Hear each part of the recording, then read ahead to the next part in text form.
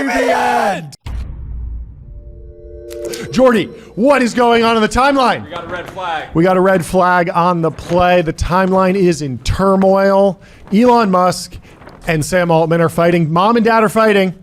Mom and dad are fighting. Fired. Shots fired. This all started because of Apple, actually. Not OpenAI, not X, not the Everything app, but Apple and the iOS charts. So this started with Elon Musk posting, Apple is behaving in a manner that makes it impossible for any AI company besides OpenAI to reach number one in the App Store, which is an unequivocal antitrust violation. XAI will take immediate legal action. Well, the community notes section took immediate action and added a number of extra context that they thought people might want to know. First, in January of 2025, DeepSeek reached number one overall in the App Store, similar to how Ramp is our number one sponsor on this show. Time is money, save both. Easy to use corporate cards, bill payments, accounting, and a whole lot more all in one place, folks. Go to ramp.com. And just 1 month ago, on July 18th, 2025, Perplexity reached number one overall in India's App Store. That's interesting. I didn't realize that. And Grok has hit number one in Japan. Oh, that's right. Yeah, but probably a number of factors contributing to that. So most of the AI apps live in the productivity section. So that must have been in that, but it's odd because it's like we need a whole new set of categories for the new AI apps. I feel like they should have their own category immediately. What are all the categories? I mean, productivity, I feel like that's everything from like spreadsheets to ChatGPT. Like it's a pretty broad category. And so Apple probably needs to redo the categories. Where even are the categories? I feel like they're hard to find these days. They have editor choice apps, which we'll get into because, so browse categories. They have Apple Vision Pro apps at the top. That's an odd choice for the iPhone version of the App Store. Then Apple Watch apps, then AR apps, then books, business, developer tools, education, entertainment, finance, food and drink. Food and drink gets its own category. Well, I'm looking at the global top charts right now, or global for the US, so across all the different categories. And right now, ChatGPT is number one. Number two is T on Her dating advice, which there's a new T app? Which is helping men date safe. Wait, so it's the men version? The male version. The male of the version. T app. It's men's cereal, but for the T app. Rated, but it is number one in lifestyle and number two on the overall chart. Number three is T dating. 4 is Threads, which apparently just crossed 400 million monthly active users. They're on a tear. Adam Mosseri's not messing around over at Meta HQ. And Grok is number 5. Okay, so that's not that bad. This is despite Apple. I do believe that Elon is correct and that Apple's not including Grok in features, which are editorial that's decisions. A separate thing. Editorial. Yeah. So, Doge Designer says Grok is the number 2 app in productivity, number 6 overall. So why is it so hard to find? And what he's pointing out is that Elon Musk shared this. Grok is the smartest AI in the world and on the toughest tests and came first by far in coding, but is not mentioned at all under AI by Apple. So Apple did an editorial view on the AI-powered apps, and they listed out a bunch. ChatGPT, Google Gemini, Microsoft Copilot, Lightroom, photo and video editor, which I use it every once in a while, but it barely has AI features. It does not compare to a foundation model. It's not a chat interface. Then you have Canva. Then you have Duolingo, which, of course, Duolingo uses artificial intelligence in some ways, but you don't think of it as like a competitor to ChatGPT. So this is clearly just like, here's some fun apps, and we're using the AI buzzword over at Apple. And I think it's given the series of PR crises that Grok has experienced in the last, call it 6 weeks. I think it is fairly fair for the App Store to say, hey, let's let this breathe a little bit. We're not removing them from the App Store. We're not removing them from the rankings. They're still ranked. But maybe let's not feature it, given that it's been saying. Yeah, the other interesting thing is like Grok usage has to be split across X and Grok, the actual app. Like I bet, I wouldn't be surprised if the majority of actual prompts or tokens flow through X, the everything app, like that's certainly how I use Grok. When I use it, I usually start with the post, click the Grok button, then I'm going back and forth a little bit there. And then also, they actually have a pretty awesome flow where now on any image you see on X, you can press and hold and say, edit this in Grok, and then you can just type Studio Ghibli and it just Ghibli's it right there in Grok. And they launched a feature to turn it into a video. Exactly. So all of those Grok tokens, all those Grok usages, that's going to feed into the X app, which again, they've always put X in news and not in social networking, because I think it couldn't beat Facebook and Instagram, but it can beat like the traditional news apps. So all of the different rankings are all very it's all gamed in different ways. Some of them are momentum based, some of them are different categories. And I mean, we heard this from Nikita Beer, where he was saying that his last app that went super viral, he hid in the games section. Those were his words. He hid because the game section is so crowded that people wouldn't see him climbing the rankings, but charts are based on acceleration broadly, exactly, not and total usage. And there are only like 10 dominant social platforms. So if he had a ton of momentum, he'd probably be in the top 10. People would be screenshotting and being like, what is this? And it would be on Mark Zuckerberg's desk. And Mark would have to be like, what's our plan to kill this? Right? As opposed to if you're hanging out in games next to 75 Candy Crush clones, you could be doing well, but realistically, you're not really gaining that much. You're not drawing that much attention. Then at the last second, he swaps over to social networking where he actually wanted to be, and then he's at the top of the charts. Anyway. So Elon says Apple's behaving in a manner that makes it impossible for any AI company besides OpenAI to reach #1 in the App Store. He starts getting community noted. Sam Altman fires back, says this is a remarkable claim, claims that Elon is using X to benefit himself and his own companies and harm his competitors. Sam starts getting community noted. Elon fires back and says, you got 3 million views on your BS post. You liar, far more than I've received on many of mine, despite me having 50 times your follower count. Elon's getting community noted, but Sam fires back, skill issue or bots. Skill issue or bots. Anyways, based the timeline's off of that, in turmoil. Sam says, will you sign an affidavit that you never directed changes to the X algorithm in a way that hurt your competitors or helped your own companies? Wait, who said that? This is Sam. Sam said that. An affidavit. I will apologize if so. One thing is that OpenAI has consistently dominated the narrative on X organically. Many of their, to some degree, I feel like OpenAI has been more dominant just in the real world, and actually Anthropic's done very well on X. And there's been this whole theme of like Claude has better vibes and big model smell and Claude Code and stuff. Like, if Sam Altman puts a post up, he can put up a picture of a Death Star and get you're 100% views, correct, right? Yeah. And so I don't believe that he's like shadow banned. No. I don't believe that anyone in OpenAI is like shadow banned or being held back in the algorithm. Yeah. But somebody responded to this really exchange. quickly, if Sam's worried about reach, he should be using Restream, putting his content all over the internet. Restream, one live destination, one live stream, 30 plus destinations, multi-stream and reach your audience wherever they are. And thank you to everyone in the chat today. Mark, Siraj, we got Taylor, David, we got a whole crew here. Techno Chief, I believe, said good morning to me. Hello, Techno Chief. Good morning. To see you. And it's fun having all the crew assemble in the chat rooms. We actually can see the chat wherever it's happening, whether it's on X or on YouTube because of Restream. So thank you to Restream. Anyway, continue. A friend just messaged and said, somebody tell Elon to unshadow ban me. Okay. And I think that... I think I know who this is. I think it's much more likely that that it's a skill issue. Like, I think it is a skill issue for this particular person. Sam is saying here, you never know. You never know. But somebody responded to Sam and Elon's exchange, and they said, Grok, who's right? Don't be biased. And Grok fires back and says, based on verified evidence, Sam Altman is right. Musk's Apple antitrust claim is undermined by apps like DeepSeek and Perplexity, reaching #1 in 2025. Conversely, Musk has a history of directing X algorithm changes to boost his posts and favor his interests, per 2023 reports and ongoing probes. Hypocrisy noted. So we'll see how Yeah, long. but this is 4D chess because in general people don't believe Grok because they believe it to be insane. Well, it said some wild things. Crazy things.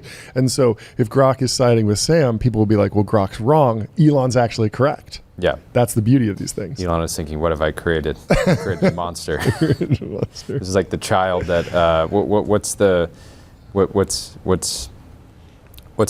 mythology where the child kills the... Oedipus Rex, of course. Yes. Oedipus Rex moment. The child coming for the father. Yeah. Well, we'll see how long Grok I don't know how lasts. much you want to play on that analogy. It gets pretty weird. It gets pretty weird. I mean, Oedipus marries his mother. Yes, but we'll see how long Grok lasts in the timeline today. We'll see. So the Wall Street Journal wrote it up. Apple is behaving in a manner that makes it impossible for any AI company besides OpenAI to reach number one. The App Store, which features lists of top and trending apps, is a key way for apps to access new customers. Apple doesn't say much about how or why it chooses particular apps to feature. Among the factors it considers is usability and positive reviews and ratings.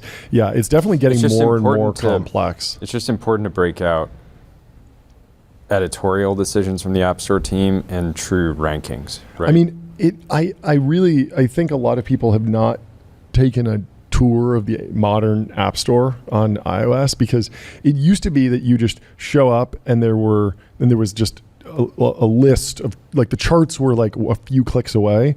I'm like 7 clicks deep. There's an ad for just Google, I guess, in here. There's essentials that are just top games right now. Like, you have to scroll and then you go over to apps, then you can browse the categories. But even when you browse the categories, you go to productivity, it's going to give you like when I go to productivity, you think I'd be browsing to hit like, okay, show me the top productivity apps. Yeah. No, it's showing me an app called Sofa, a downtime organizer. Then it's showing me essential productivity apps that are selected by the App Store editors. Then the best calendar apps, best to-do apps, best email apps, best focus timer, habit tracking. It's going. And the big question is how much discovery is actually happening in the App Store? Yep. Is this where people are actually finding? I got to the top charts, but it's seven clicks deep. And so if I go to free apps, it's ChatGPT number 1, then Grok number 2, then Microsoft Authenticator number 3, AGI achieved. Let's hear from Microsoft Authenticator. Maybe Grok doesn't get enough love. No, but the question here is: are people discovering various LLMs through TikTok and X and Instagram and various platforms? Is that where discovery is happening? Yeah. And I'm sure there's some discovery happening in the App Store, but it has to be a very small fraction of the downloads being driven are actually driven by the editorial decisions from the App Store. Of course, yeah. And games don't even show up in the top. Like, it's not, games are not, it's a completely separate tab. You cannot select games as one of the subcategories of apps because games are not considered apps anymore in the App Store. To answer the question about like hiding in games. The other question is just like how fair is it to give yourself a little boost in your app that you paid $70 billion for? Yeah. Like, I was thinking about this and I was saying like 44 billion. Well, he was 44? Yeah, it was 44. It wasn't 69. I thought it was 69 for some reason. That was the price per share. He paid. So ridiculous. Anyway, I was thinking about, like, before the launch of Instagram stories, I didn't have a way to share Snapchat stories on Instagram. Like, you could screenshot them, but there's no sort of like native way to share a link to a story that if someone on my Instagram feed sees it, it clicks and it automatically opens in Snapchat. Like, it was always a walled garden. And then when Instagram stories came out, there was really no way to tie those two platforms together. Like, in the pre-Meta era, there was a way when you shared a post on Instagram to check a box and automatically share it to your Twitter. And it would not just share a link, it would share the actual photo with the comment, and it would work as a native post on X. And it could, not really go viral, but it existed on Twitter as like a first-class citizen, in the sense that the image was there was no link, it was just like you had just actually opened the app, posted the same photo cross-post. with proper cross post, right? And then eventually, once Facebook bought Instagram, Twitter had to respond by breaking that integration. So early on, Twitter had this was like the Adam Bain era, like the early, back the Dick Costolo era. Twitter had this idea of like, we're going to be the command line for your life. And there was this idea of like, I'm going to be able to tweet at you to send money to you. Like the everything app idea is something that's over 13 years old at this point, maybe 15 years old at this point. Like the Twitter executives were thinking about this a long time ago, like being able to tweet money at you, being able to like use Twitter as kind of this like substrate or this like API for all sorts of things. Other apps would be built on top of Twitter. There was TweetDeck and Tweety Bird and like all these different, like the mobile app was by an independent developer. And they just didn't, and they were like, why would we need one? We just developed the protocol. Well, Reddit did this too. Yeah, well, you need one because you want to stuff ads in it, obviously, and you want to monetize it. It makes a ton of sense. And so Elon came in and killed all that. But the other challenge here is Grok has a variety of NSFW features. Yep. And when Apple is making editorial decisions about which apps to feature in the App Store, that is certainly going to be on their mind. We're having Eugenia from Replica on the show later today. I'm wondering if Replica, I think, is currently in the App Store with 226,000 reviews. Hasn't gotten kicked out. I'm trying to think if any other apps. So like OnlyFans, for example, does not have an app. I'm wondering if any of what Character AI does, right? So Apple's clearly drawn the line at like AI chatbots, even if they're somewhat erotic, are okay. But that doesn't mean they're gonna. That doesn't mean they're gonna feature. They're not going to promote it to the average person on the App Store. Yeah, no, that's absolutely correct.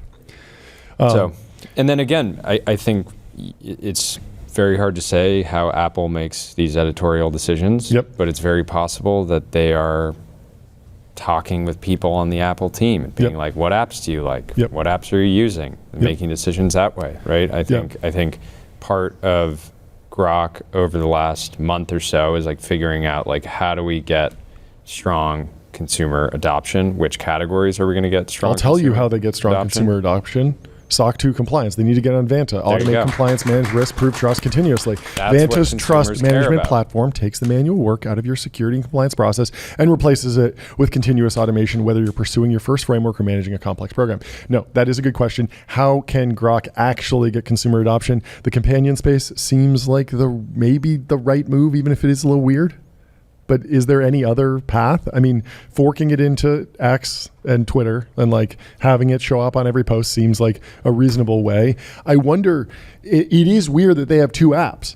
I thought X was supposed to be the everything app. Like why are they trying to get me to install a second app when they should maybe just say, hey, we're actually going to be the everything app. You can use Grok fully and you're all the upgrade and you can get on Grok heavy and you can be paying $200 a month for a top tier, the super insane level LLM, but it all exists and it's all managed within the X app that already has a lot of installations. Like why a challenge. Why a second app? Your Grok is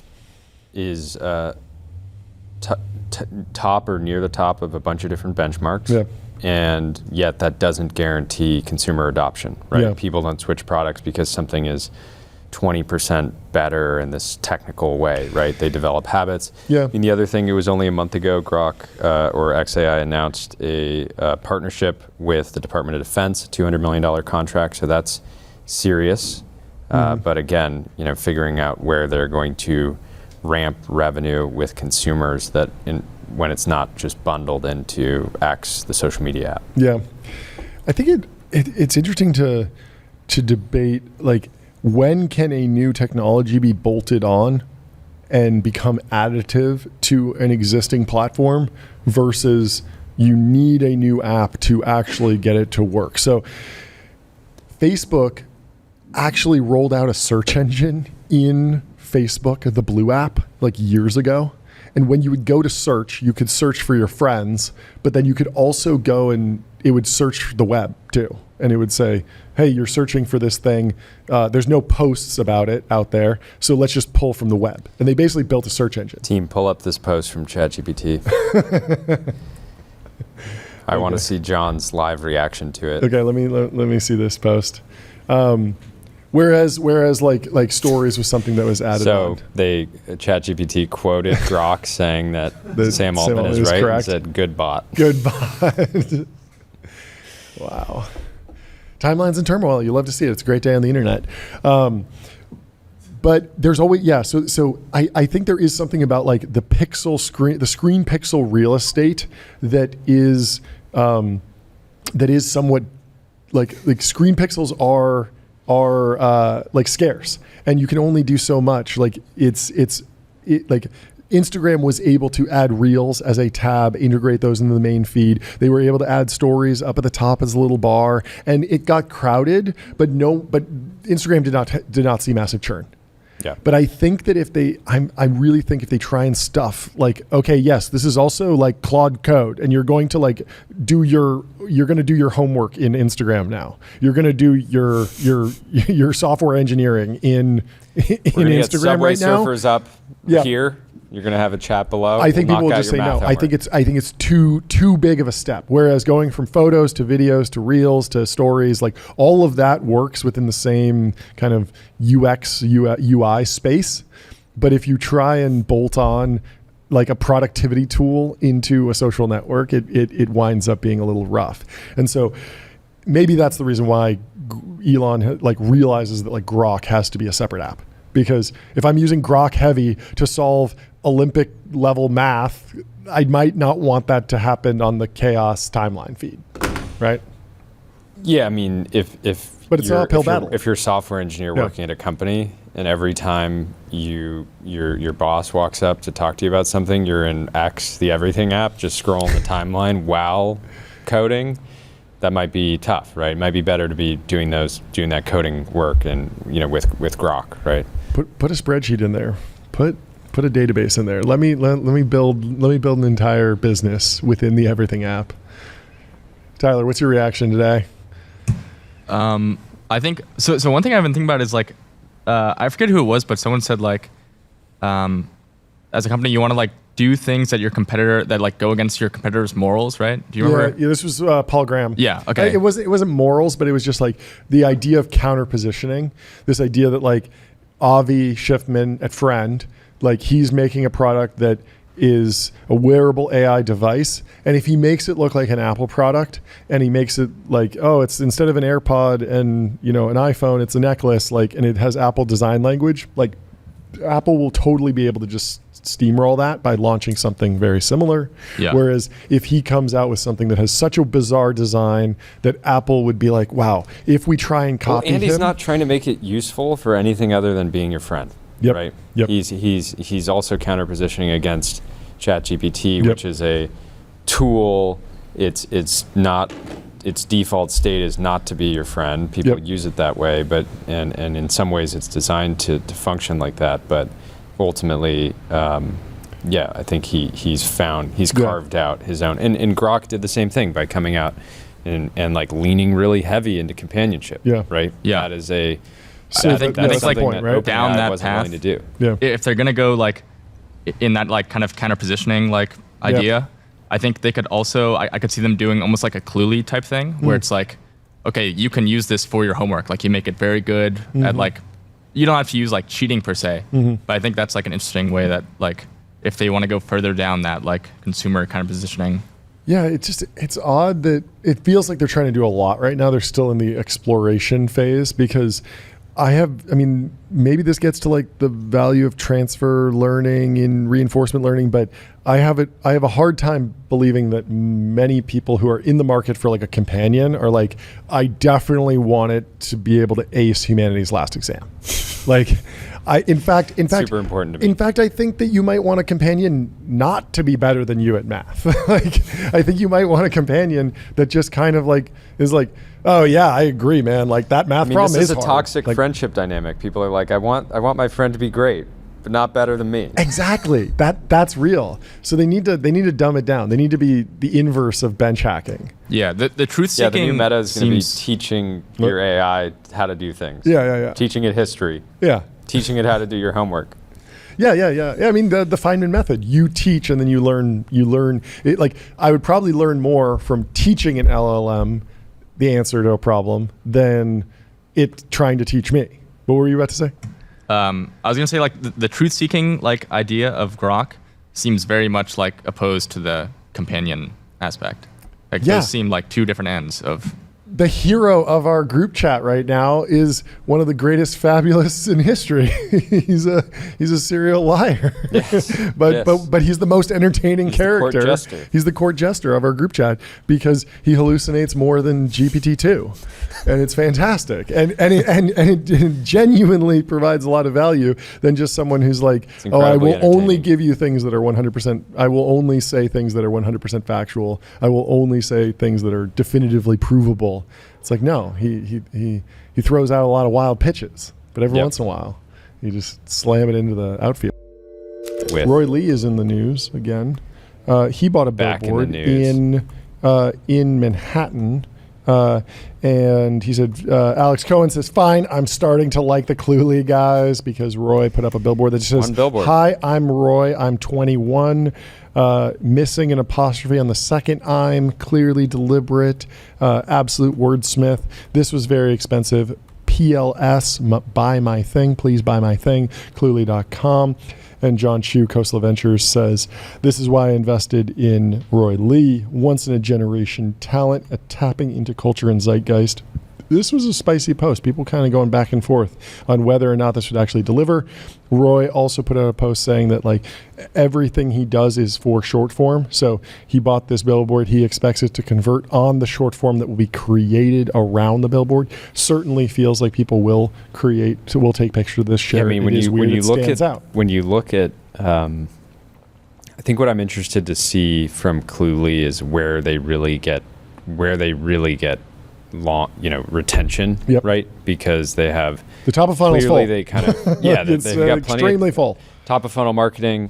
But when you look at, like, it seems like if they just focused on students, right? They seem to be in this kind of place where they're thinking about exploring a lot of different markets. They're exploring different markets. But if you look at the way that ChatGPT's usage, basically tokens generated dropped as the summer started, that's a good argument to say Cluely could just focus on students? Products for students that will eventually graduate into the workforce and things like that. Sure. But anyways, well, they didn't make the top AI agents by revenue chart that Anand Sanwal shared. Said, who would you put your money today to win in the long term? The top was Cursor at $500 million in annual revenue, and they're making $3.2 million in revenue per employee. Glean's at $100 million, Mercor's at $100 million, Replic's at $100 million. How are you defining an agent?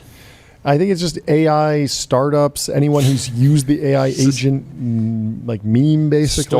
The agents are going to be pissed about this. Stolen valor. I don't know. It's hard to call Mercor an AI I agree with agent. that one. That one feels particularly odd, but and Glean even also Glean is really enterprise search. Yeah, it's search. But I would say Replit is an agent company.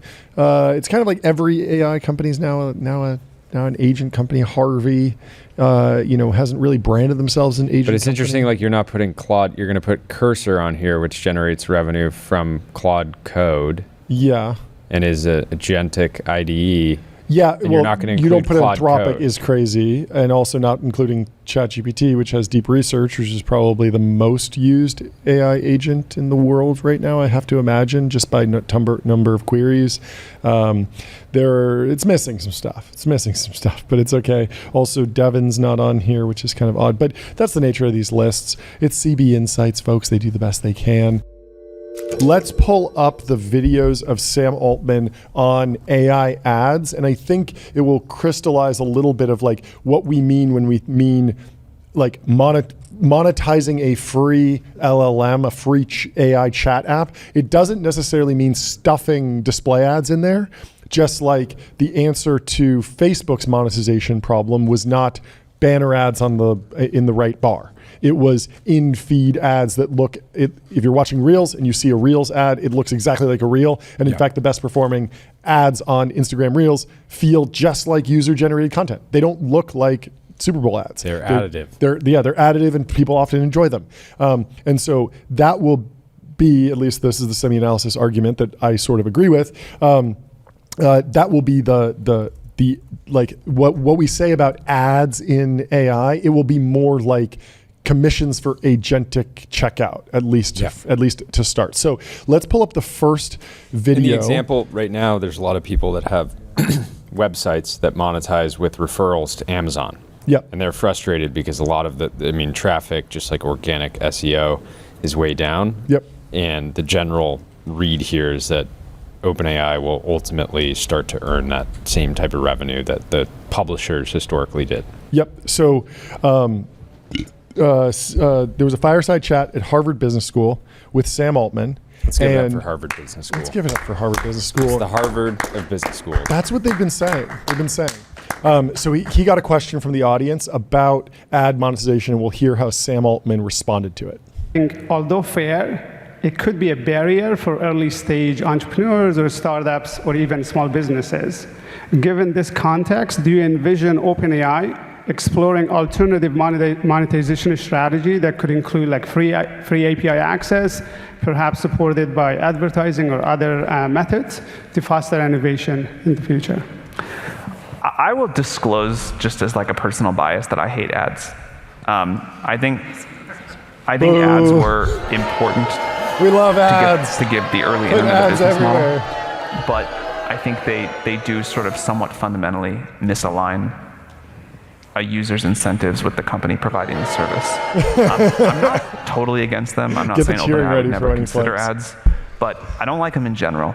And I think that ads plus AI is sort of uniquely unsettling to me.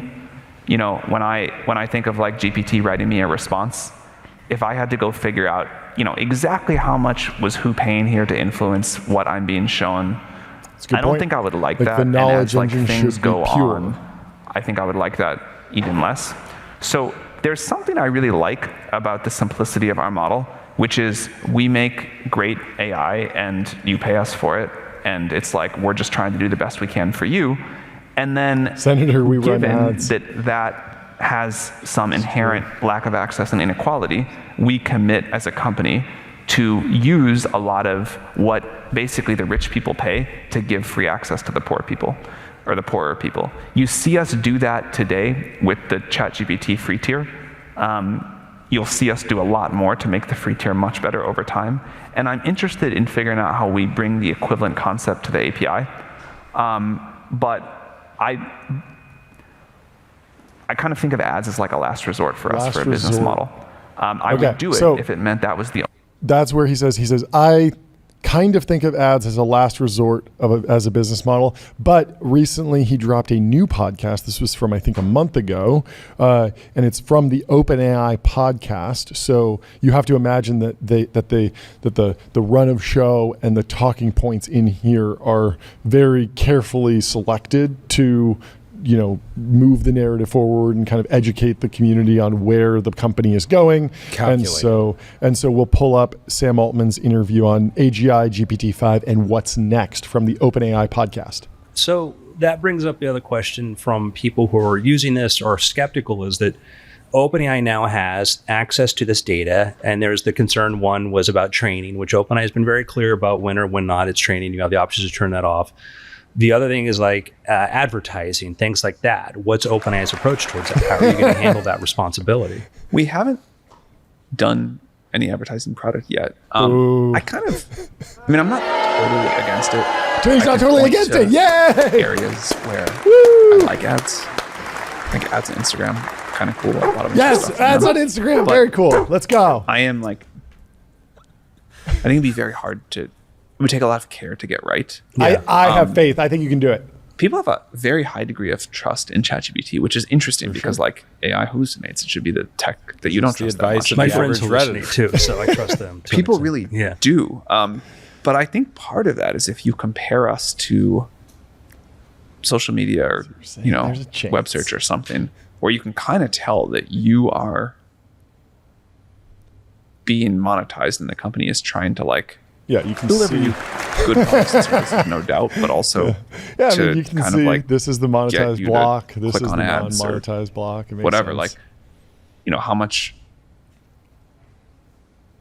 do you believe that like you're getting the thing that company actually thinks is the best content for you versus something that's also trying to like interact with the ads?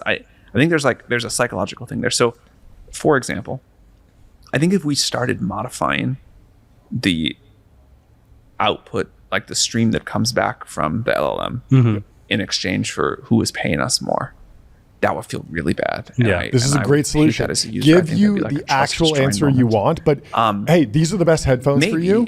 But if you want me to buy them, I'm going to have to go cook as an agent. I'm doing the work, and I'm going to take a cut of that. That's amazing. I'm so down for that. Like, the agent's like, I'm getting paid either way. Yeah, exactly. And I could say, okay, which headphones do I want? Do I want the Sonys, or do I want the or do I want the Apple AirPod Maxes? And if I decide the Apple ones, it checks out, it uses some coupon code, it gets some. I mean, comparing this to the other ways that people discover products and services. Yeah. If somebody searches best luxury hotel in Hawaii, they're going to get ads against that, and then they're going to get organic rankings that aren't necessarily the truth, right? Because the truth is, for something like best luxury hotel in Hawaii is very subjective. Yeah. Then they might go and try to get recommendations from an influencer. Yep.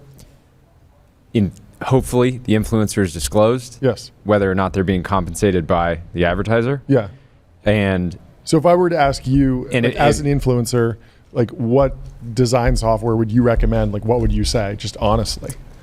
Figma.com. Think bigger, build faster. Figma helps design and development teams build great products together. This is a paid advertisement. The disclosure is super important. Exactly. And if the influencer is saying like, oh yeah, I love this hotel, but that hotel is giving them like, 2 weeks free a year, then like that's not a super ethical endorsement. Totally. Right? Yeah, it needs to be disclosed. And then the beauty of the LLM is that like the recommendations are going to be able to be tailored. So best luxury hotel, well, if you really want a certain type of pillow, or you really want a pool in your unit, or you want it to be wheelchair accessible, or you want high ceilings, or you want beachfront access, like there's a million different parameters that could go into that. And the thing that ChatGPT needs to, and then it just saves you the time at the very last step. Well, the thing that ChatGPT needs to navigate is maintaining that trust. Yep. Right. I trust that Instagram is going to serve me ads. Yep. That I trust that they're going to try to serve me ads for things that I will want to buy. Yep. Right. Sometimes they serve me an ad, I'm like, this looks garbage, I'm not going to buy it. Other times they serve me an ad and I'm like, this looks great, you're actually good call. I am interested in this product. Totally. And the thing is like, if ChatGPT has to maintain that trust, because if they recommend you a hotel and they're like, you're going to love this, I know what you like, you're going to love this hotel, and you go there and you spend all this money and you stay there and it's terrible. Yep. It's the same thing if you go to a friend for a recommendation for a hotel, they recommend you a hotel, you show up there and it's like, this is terrible. Yep. Like, why did you recommend this? And if they go, oh yeah, I recommended it because I was getting like a 7% referral fee, you're going to be like, what are you doing? Why are you monetizing me? Right. So I think it's a very, it's an interesting challenge that they have, where they're going to be already directing so much economic activity, and how do you monetize that in a sustainable, ethical way? Exclusive from the Wall Street Journal, AI startup Perplexity made an unsolicited long shot offer to buy Google's Chrome browser for $34.5 billion. This inspired me, John. Yes. Everybody needs to be making long shot offers. I TBPN, agree. let's submit an offer to buy the Golden Gate Bridge. Privatize That's a good one. That's a good one. What else? We got to be thinking bigger. What else should we buy? I don't know. It's tough. Yeah, it's really, when I saw this, it's funny to think that Sundar has to go to the board, or like probably send them an email and say like, I'm required to let you know that we've received this offer from Perplexity to buy one of the crown jewels of our product ecosystem. I wonder how real this is. like it seems like we would like the reporting is pretty loose. We can read through this Wall Street Journal article and then kind of like dig into it a little bit more. So Perplexity's offer is significantly more than its own valuation, which is estimated at 18 billion. Has this ever been done before? Has any tech company been able to pull off an acquisition that's bigger than their own valuation? Like totally. I mean, so much what was money, what was the Slow Ventures company that Metropolis? Oh, right? okay. And they buy a company that was much larger. Basically more kind of reverse traditional. merger almost. Yeah, exactly. Yeah. Interesting. So these things happen. So there's also pressure. So estimates of Chrome's enterprise value vary widely, but recent ones have ranged between 20 billion and 50 billion. I have no idea how you got that. I feel like Chrome is probably more valuable than that just on, I imagine that the default search engine in Chrome has got to be as valuable as the default search engine in iOS, Safari, right? And how much is Apple paying Google every year? 20 billion per year. You'd pay way more than $50 billion to get $20 billion of profit every year. It's crazy. So that feels low. I don't know where those estimates came from, but they are apparently under pressure. U.S. District Judge Amit Mehta is weighing whether to force Google to sell the browser as a means of weakening Google's stranglehold on web search.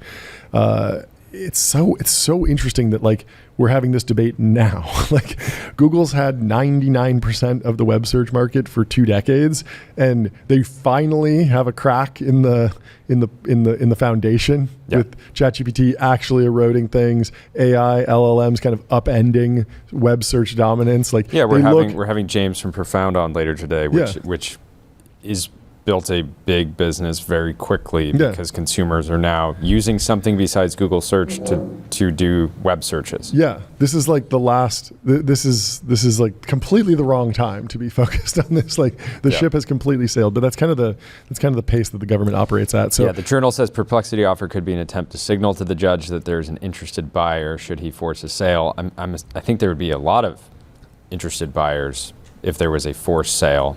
Yeah. Who else would buy it? Apple? Meta? Microsoft? Get Bing going again? Bing. It's Bing. Bing it? Microsoft would have a wild strategy because they'd have all the code to ChatGPT, all the OpenAI intellectual property. Like they could do what Perplexity is thinking about, right? What does this say? What does this say about? So they just launched the Perplexity Comet browser. Yeah, Daniel says Chrome's worth at least 90 to 120 billion. I agree. I think 20 is too low. Daniel. But so Perplexity just launched Comet. Mm-hmm. We had Arvind on the show. Yeah. He said this was a big important bet for the company. Yep.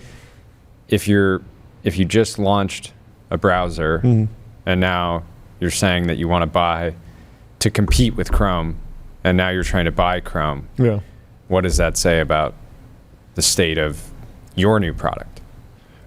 Distribution is king. It's very clear that even if you built a better product, the best product is not going to win. And we see this with the LLMs, like the leaderboards and the vibes shift constantly, but the consumer adoption is just around chat. Everyone just uses chat. That's the one that's broken through. That's the one that people are familiar with all over the United States and all over the world. And so it's very hard to break through. Even if Perplexity can like rocket to the top of the App Store in India for a little bit, like it's hard to hold on to when the ChatGPT snowball is just growing bigger and bigger every single day. Yeah, much like the Graphite snowball. Code review for the age of AI. Graphite helps teams on GitHub ship higher quality software faster. Get started for free. Graphite.dev. Is there a poly market on Perplexity, by the way? Can you look that up? Will Perplexity acquire Chrome in 2025? What's the market on it? When I posted about it earlier, it was at 12%, and I said 12 seems quite high, and it's now at 3%. It went down, even though they're in the journal saying they're going to do it. They're like issuing offers. The market opened at 34% at like 9 a.m. Dropped, when the news dropped, and it's now down at 3%. So wait, just today it went from 34 down to 3. Wow, so this has basically been like debunked. Yeah, makes sense. Yeah, there's I would put the odds of this deal happening closer to 0% than 1%. That sounds fair. But great way for Perplexity to get in the journal. Call me. Bloomberg. No, this is great for SEO. It definitely puts Perplexity and web browser in the same keyword But soup. Perplexity was also bidding on TikTok earlier this year. Arvin loves a long shot bet, a long shot bid. I invited throws it him on the show this morning. I don't think they want to. No, he's not ready for press. Not ready to chat, but we love a size Lord long I shot love offer. it. Keep throwing these out. More startups should do this. Google hasn't indicated a willingness to sell Chrome. In testimony this year, Pichai told the judge that forcing the company to sell it or share data with rivals would harm Google's business, deter it from investing in new technology, and potentially create security risks. Chrome has roughly 3.5 billion users worldwide. It's like Perplexity has probably like millions of users, but it's just going to take decades, even at reasonable growth rate, to hit 3 billion. It's just so many people. And accounts for more than 60% of the global browser market. That's lower than I thought it would be. Founded in 2022, San Francisco-based Perplexity recently released its own web browser called Comet to some of its users. Tyler, you've demoed these. Yep. What are you daily driving these days in terms of the web browser? I'm using old reliable Chrome. You're using Chrome? Yeah, I don't know. None of the agent browsers really seemed very helpful to me. Have you churned from Cluely too? Yeah. I stopped using that right after the show ended. Yeah. I'm not doing interviews. So. I was thinking about like the Cluely pattern. What if Tyler was like been using Cluely every day, hours a day? We're like, wait, you've been interviewing with other companies? Yeah.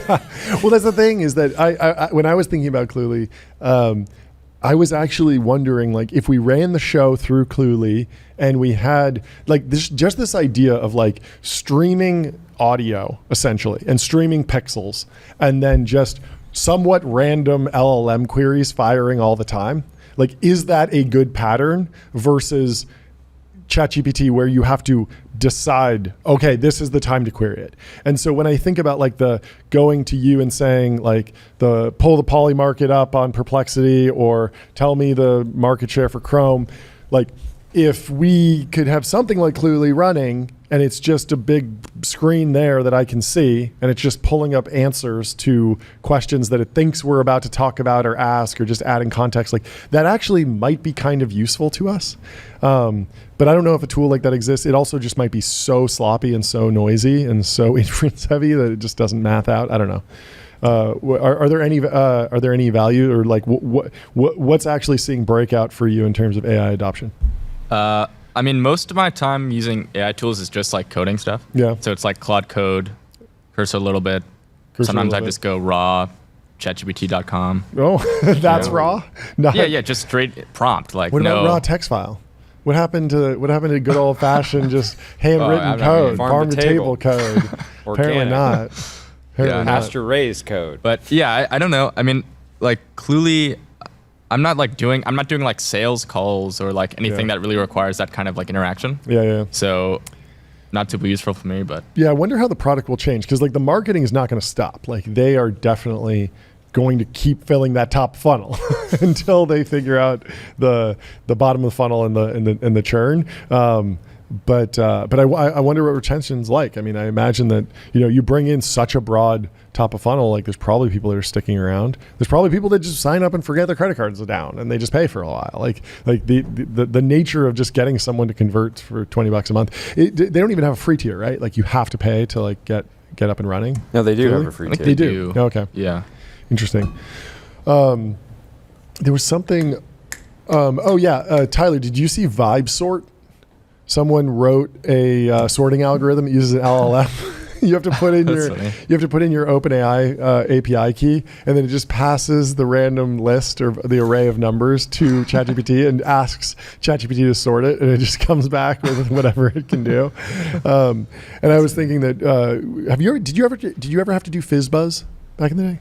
Have you ever heard of this? I've heard of it. Yeah, we should definitely do Vibe FizzBuzz, where it it for each number between 1 and 100, it queries the GPT-5 API to ask it, should it respond with the number, fizz, or buzz? the most inefficient and most inference heavy fizz buzz answer possible. Anyway, back to Perplexity. Perplexity told Sundar Pichai, as part of the proposed acquisition, it would maintain and support Chromium, the open source project that supports Chrome and other browsers. It also said it would continue placing Google as the default search engine within Chrome, though users could change settings. That's crazy, because you would think the first thing you would do if you own Chrome would be change the browser to mine. I'm getting those ad dollars, but I don't know.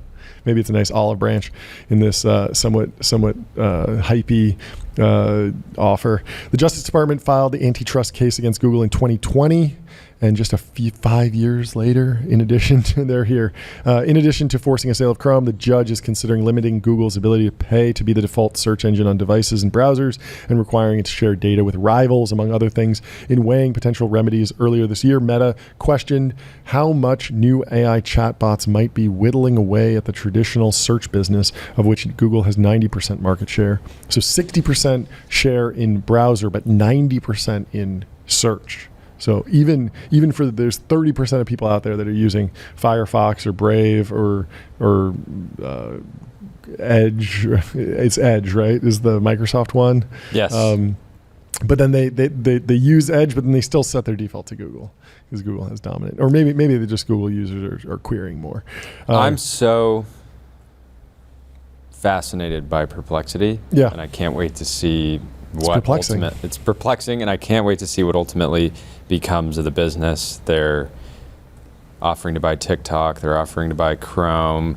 They're rumored, there's some rumor mill saying that Apple's kicking the tires on it. It's hard to tell where that's coming from, right? Is that just more marketing for Perplexity?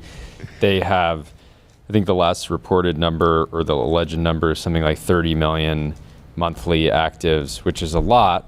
Yeah. But they have such a tiny share of overall queries that it becomes, and it's just clear that search feels like it'll be a winner take all market. Yep. And they're not going 2 years from now, if they're sitting at 30 million monthly actives or even a multiple of that, it's hard to see it being worth significantly more than Snapchat, for example. Yeah, and I think that's why you're seeing Arvind talk about potentially maybe pivoting to B2B context with the Bloomberg thing. It feels like if you're in a winner-take-all market and the writing's on the wall that you're not going to be the winner in that market, a B2B pivot feels like a decent move.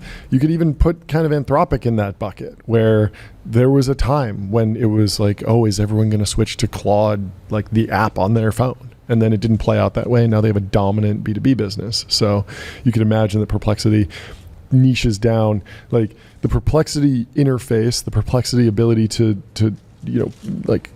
answer questions, act as a search engine, that feels valuable in enterprises. It feels value in finance. It feels valuable in medicine if you fine tune the service for that. But it's just a very different business. Yeah. So they have to go through a little bit of a rebuild or kind of readjustment, maybe. I don't know. Yeah. We'll see. Yeah. I mean, at the end of the day, when Elon bought X, it took someone like Elon to be able to put together the amount of equity and debt to buy that business. Yep. And he had to put a lot of his own capital on the line. And in this situation, and that was buying a business that generated a lot of advertising revenue, right? It wasn't known as, it was a bit of a dog in some ways, right? Maybe never was living up to its full potential. Where in this case, if you offer to buy Chrome and then in theory, you have to create an entire new economic model for the business because you don't have the Google Ads engine built into it. It's hard to see. It feels like basically impossible to pull that amount of cap to find people. Yeah, call me when the Morgan Stanley associates are losing sleep. Good point. Unless Morgan Stanley is burning the midnight oil. Yeah. this deal probably isn't happening. I'm remembering that exchange between Ellison and Musk, basically saying, Ellison's like, how much should I do? $1 billion? And Elon goes, I don't know, I think you should do like 2. Yeah, it's great. So I mean, Arvind's gotta find some Ellisons. Gotta get Larry. Get a few of those guys on board for sure. 34 Larrys. Well, we have some big news in the TBPN world. We are officially partnered with Waymo via Spotify. Because Really? Spotify has a partnership with Waymo, so you can listen to TBPN in Waymos now. No way. Yeah, Big. this just dropped. Very cool. There's a new upgraded Spotify in Waymo launching today. Waymo put out the post 2 hours ago. You can connect your accounts and you can vibe. You can listen to TBPN in your Waymo, which is probably the most tech thing you could possibly do. A little birdie just told me that they spoke to a number of bankers that have not heard of the Perplexity deal, which I imagine as it firms up, if it firms up, they'll certainly hear about it.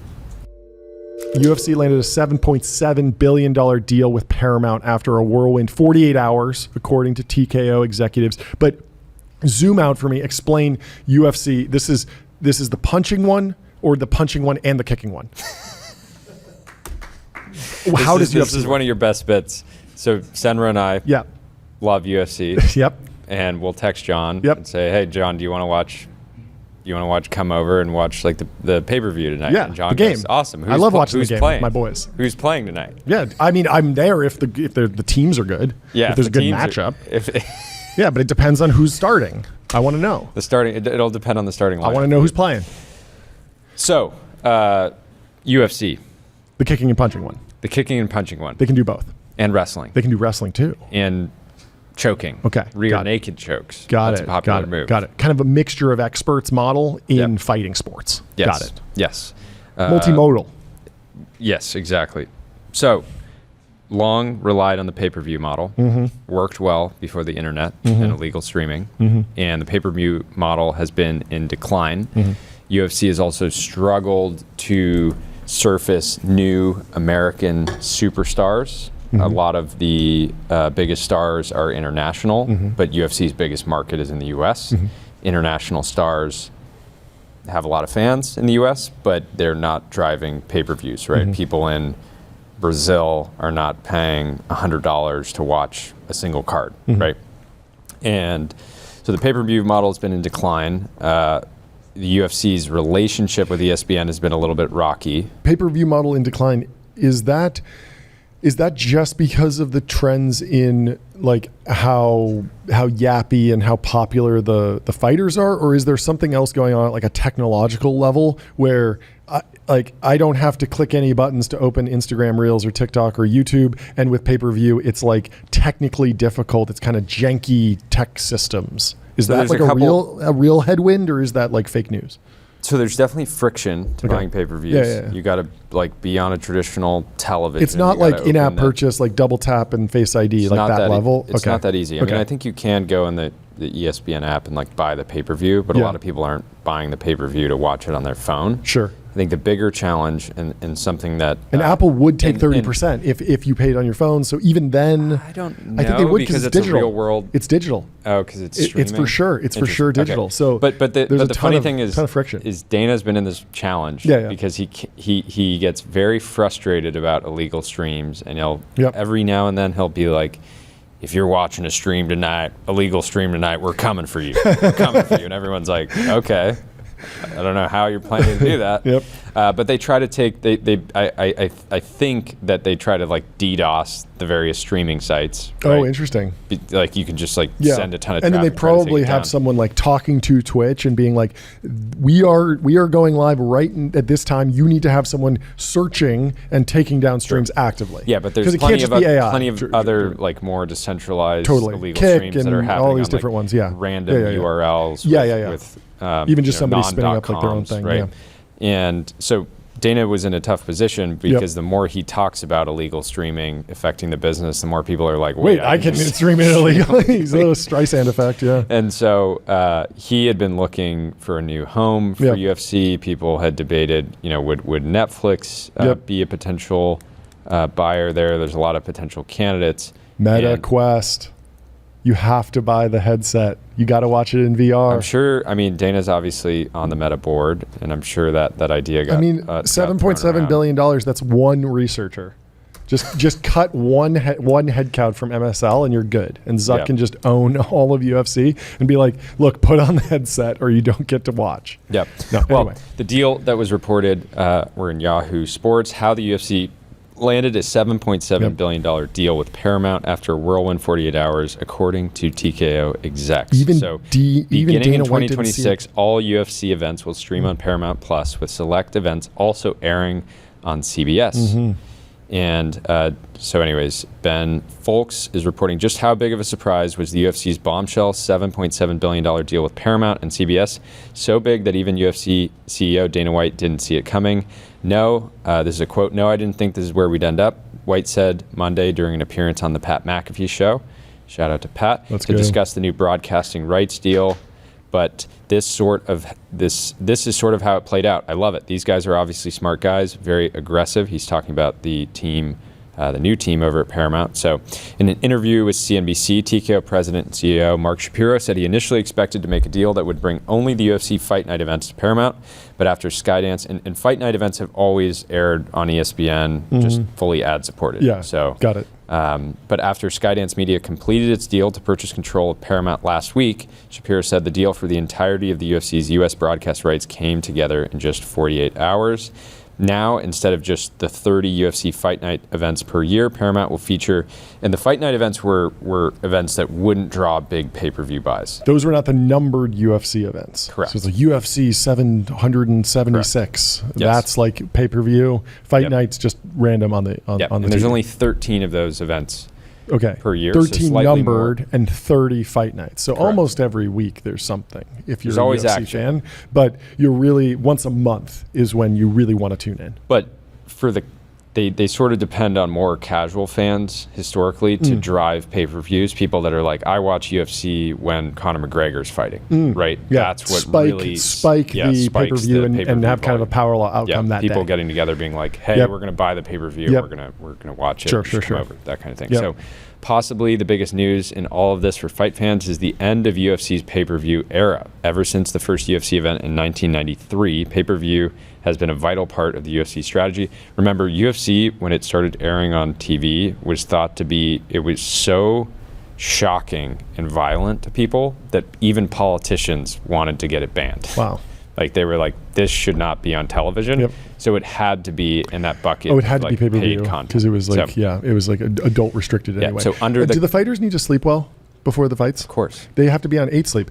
Pod 5. That's right. 5-year warranty, 30-night risk-free trial, free returns, free shipping. We got to make sure Bo Nickel, friend of the 8sleep.com. show, is on an 8 sleep. I'm going to message him after this. Okay, and say, perfect. Let's Anyway, figure this continue. out. So, ever since the first UFC event in 1993, pay-per-view has been a vital part of the UFC strategy. Under the current deal with ESPN, each UFC pay-per-view costs $79.99 in the US, plus the cost of the ESPN Plus subscription on top of that. So you got to subscribe, and then you got to pay per event. Sure. With the pay-per-view revenues reportedly in decline, it makes sense for the UFC to finally ditch that model.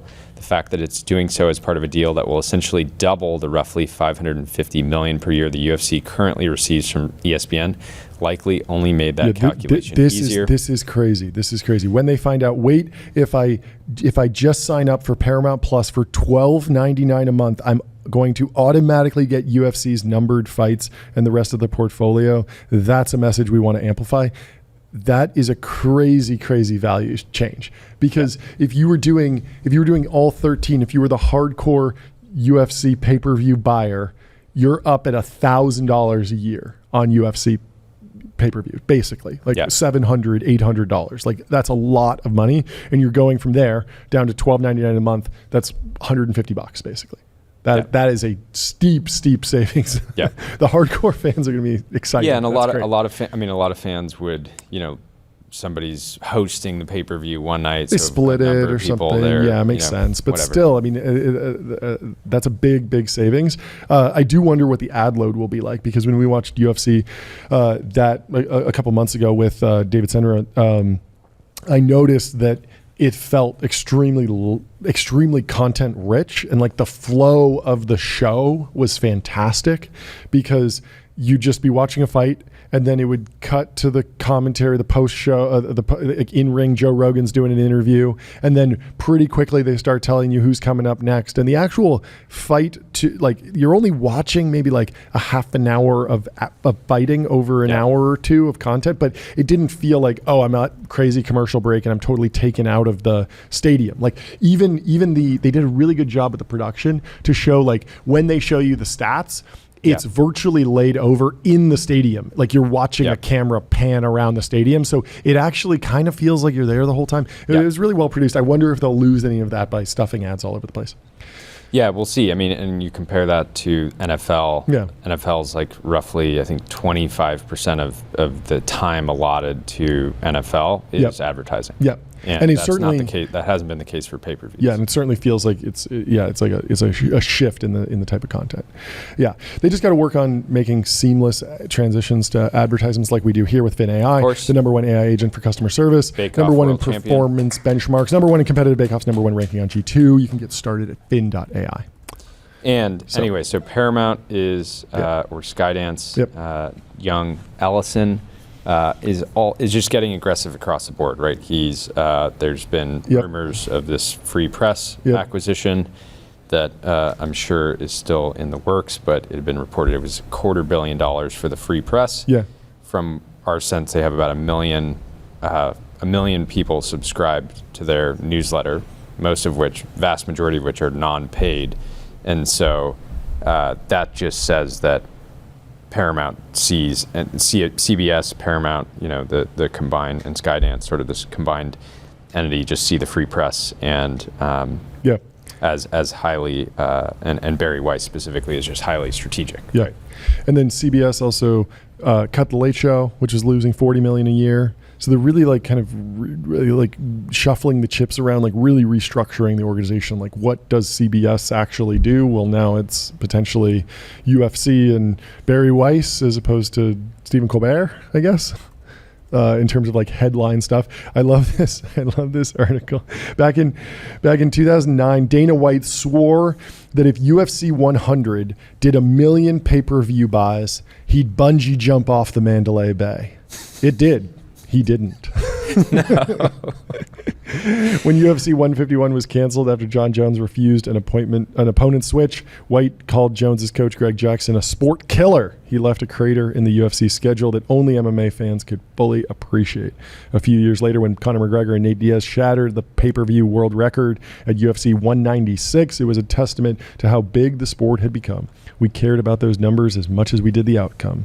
Since UFC 1, when people paid out of morbid curiosity, this is what you were talking about earlier, pay-per-views have been a vital part of the identity of the sport. It's hard to get nostalgic over being gouged, but what follows here shouldn't be mistaken as such. But Monday's news of UFC coming $7.7 billion partnership with Paramount came with a small pang of sadness upon realizing the pay-per-view model will soon belong to a bygone Yeah, I'm interested to see how this impacts the fighters, because early in their UFC careers, they don't get any exposure to pay-per-views points, which is like a percentage of pay-per-view sales that top fighters would earn. So if you're a rising fighter and you got on a pay-per-view card, you weren't necessarily getting cut into that revenue. But if you were Conor McGregor or a true superstar, you were actually getting some percentage of the sales, right? They call these pay-per-view points. And so now that model is going away, I mean, I'm sure the number one thing on the fighter's mind with this new deal is how are we going to actually, basically get cut into this new structure, right? Because historically, a lot of fighters have critiqued the way that UFC fighters are comped, but this is such a funny nostalgic article. This writer clearly really loves UFC. Back in the mid-aughts, the UFC combined the tuxedo affairs of 1990s boxing with the vibes of an underground temptation. From there, it slowly stockpiled its greatest passions behind the paywall. Remember how red Dana's face would turn as he tried to sell the pay-per-view at the end of the televised portion of the card? Remember the names? He goes through BJ Penn, Matt Hughes, Chuck Liddell, Tito Ortiz, Randy Couture, Conor McGregor, Ronda Rousey go through the posters of the past, and they were special. They were the special attractions. The names on the marquee for the numbered events. Those were some good parties we shelled out for. As MMA fans, they were ours. Well, end of an era. Yeah. And probably a lot broader, TKO honestly. Holdings, the company that, of course, owns WWE and the UFC, is a $36.8 billion company as of today. It's up 11. Let's take it over to Mark Gurman himself. Mark Gurman. He has some new reporting. Apple plots expansion into AI robots, home security, and smart displays. Apple Inc. is plotting its artificial intelligence comeback. Don't call it a comeback. Actually, you can call it a comeback. We'll give you. I mean, it makes sense. They've gotten a lot of hate over the last few years for the role, just particularly the rollout of Apple Intelligence. Very hyped. A lot of features on display at WWDC that didn't ship when the new iPhone launched. They sold the new iPhone against it. Yeah, exactly. And so I think that there were high expectations because of Apple's position with on-device inference being very cool. I gave you Genmoji. Are you not entertained? They shipped a few things. I think that I would love to see the Genmoji actual usage data, because I feel like even though it's not popular in Teapot and on X and in the Technorati, it might actually be seeing like decent adoption and joy. I mean, I've seen people share generative imagery from Microsoft Copilot, which I had no idea was a popular image generation platform whatsoever. Facebook crowd. Exactly. So I wouldn't be so sure that Genmoji is producing zero value. But at the same time, it's clearly been a tumultuous time for the company. They've been kind of on defense in terms of public relations. But Mark Gurman is still scooping every single day. Apple is plotting its AI comeback with an ambitious slate of new devices, including robots, a lifelike version of Siri, a smart speaker with a display, and home security cameras. A tabletop robot that serves as a virtual companion targeted for 2027 is the centerpiece of the AI strategy, according to people with knowledge of the matter. The smart speaker with a display, meanwhile, is slated to arrive next year, part of a push into entry-level smart home products. Entry-level. Tabletop robot that's a virtual companion. Yep. That's big. A lot of software they got to write to make that work. They got to get on graphite.dev. Code review for the age of AI. Graphite helps teams on GitHub ship higher quality software faster. Tim Cook, if you're listening, get on Graphite. So this is big too. Home security is seen as another big growth opportunity. New cameras will anchor an Apple security system that can automate household functions. The approach should help make Apple's product ecosystem stickier with consumers, said the people who asked not to be identified because the initiatives haven't been announced. I mean, this seems like something that they could knock out of the park. Like just the smart thermostat, like these patterns have been defined for a decade, and that's like the sweet spot for Apple to come in and like the Sonos home speaker, where we were saying like they're like the speaker, everyone knows what they want out of a connected speaker system. They just want it at the level of Apple execution. It doesn't require going 0 to 1 in some new territory. And so I feel like they could be very successful in the home video monitoring, home thermostat, home speaker. So I think I like this overall. The robot is where it gets funny, because this feels crazy, but I'll let you keep going reading. into companionship feels interesting. I don't think it's a companionship. I don't think of it like that at all. A tabletop robot that serves as a virtual companion is the centerpiece of the AI strategy. I mean, so let's read what the actual report is on this robot. The tabletop robot resembles an iPad mounted on a movable limb that can swivel and reposition itself to follow users in a room like a human head. It can turn toward a person who is speaking or summoning it, and even seek to draw the attention of someone not facing it. The hope is to bring AI into life. I don't think of this as like companion necessarily. This could just be Jarvis. Assistant. Yeah, Jarvis. Feels like exactly. Jarvis. I mean, I guess Jarvis isn't a companion, but companion has a bad flavor to it right now, a bad vibe, because people are saying like, I married my companion, and that feels very Black Mirror. I do think that there's a serious Black Mirror risk, but I'll go into that in a second. But what were you about to say?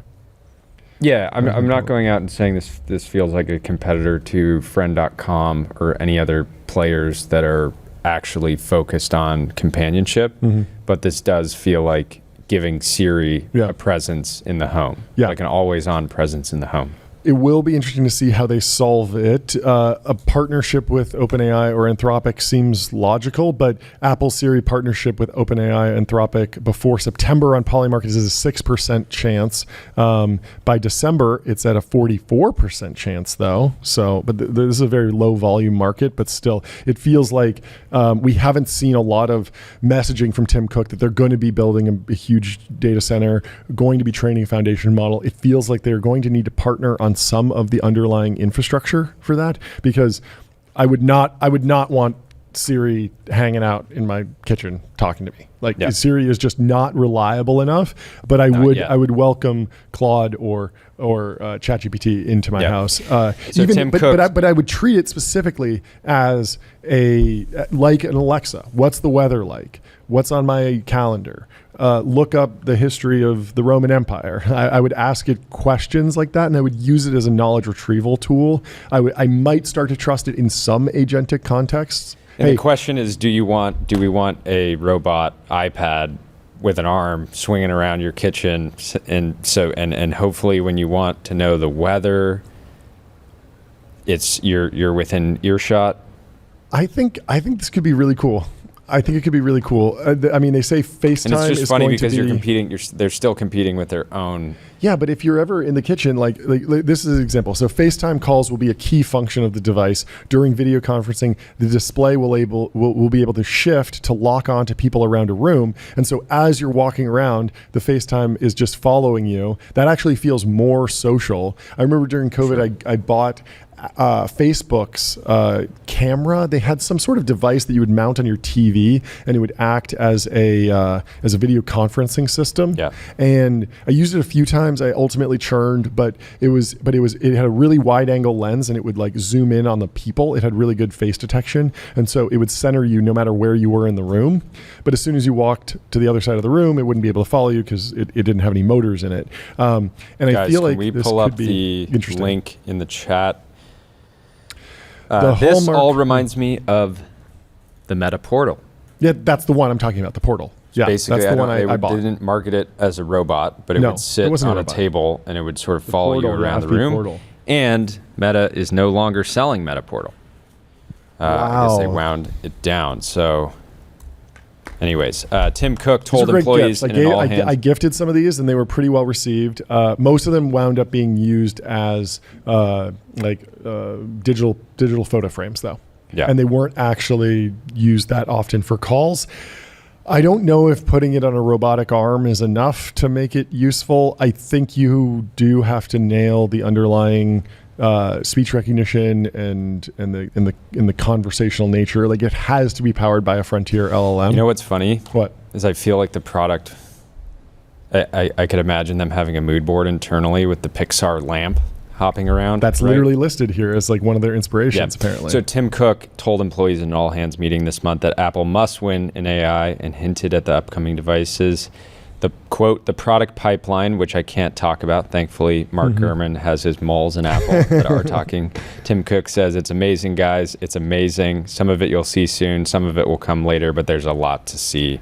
Yeah. So Apple obviously always is cooking on moonshots. Very little of it surfaces to Mark Gurman, and even less actually surfaces, publicly via Apple's own channels. Mark Gurman, if you have a little extra time, you should leak Julius's user numbers, because Julius has over 2 million users now. They're trusted by folks at Princeton, BCG, Zapier. What analysis do you want to run?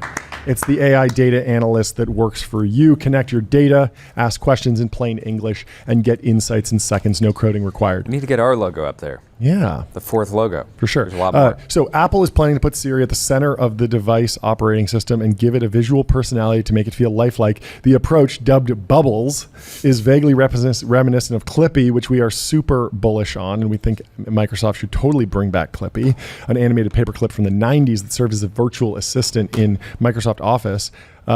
Apple has tested making Siri look like an animated version of the Finder logo, the iconic smiley face representing the Mac's file management system. The final decision on its appearance hasn't been made, with designers considering ideas that veer closer to Memoji, the playful characters that represent Apple user accounts. Device prototypes use a roughly 7-inch horizontal display approaching the size of an iPad mini. The motorized arm can extend the display away from the base roughly half a foot in any direction. So that's not I was really hoping 5. I was really hoping at least 5 across the room. It reaches across and pins you against the fridge. Yeah, I think Apple should be able to nail delivering this in a way that doesn't feel Black Mirror and dystopian. Oh, that's funny. So I actually didn't see this, but there's a quote in here. Some people familiar with the product call it the Pixar lamp. Yep, exactly. I think it could work really, really well. Now, they have to be cognizant of the Black Mirror hop around, vibes. Though, that would be very cool. Because that, if it could hop off my kitchen table. It can definitely hop table. around. That's Nat Friedman core. This is doable with modern technology. But the risk is that they botch it because Apple's had a rough go with the recent marketing, and they've had a couple real backlashes. They had that one where they smashed all the pianos in the press. Do you remember this? So they had a huge hydraulic press, and they pressed an easel with paints and a bunch of paint buckets and pianos and violins and all this stuff. Did they get a bunch of blowback? They got a ton of blowback from this. We can try and pull it up. Do you remember this? I remember that. People were saying that they're destroying these timeless pieces. Yeah, and it's just the thing that instruments and stuff like that. Yeah, the thing that I love, you're destroying it for this particular. Shots fired. Bill Bishop from the Substack stream. You need better guests to talk about China and chips, not just NVIDIA partners who are regurgitating NVIDIA's talking points. Bill Bishop, get on the stream. Call in. We'd love to have you. Bill, you're welcome. Hop on. Of course, Aaron is riding with Jensen. Yeah, he is the Jensen surrogate. He's a surrogate for Jensen the juggler. The other ad that didn't go as viral and result in major backlash was the launch of the Apple Vision Pro. So when the Apple Vision Pro launched, one of the videos that they showed was of a middle-aged man looking at VR video of his kids, but he was alone in a dark room, and Ben Thompson was like, it feels like he's divorced or something, or maybe the kids died. Bachelor mode. It felt like Minority Report, which is a movie I know you haven't seen, but in Minority Report, Tom Cruise's son goes missing from the pool one day, and he has a virtual 3D video that he plays back and gets very emotional about, and the imagery was very similar in the Apple Vision Pro, but it wasn't an optimistic scenario. It was I guess if my son passed away or got kidnapped, I would want to relive that, but that's not going to inspire me to buy an Apple Vision Pro. And so with this Pixar lamp, this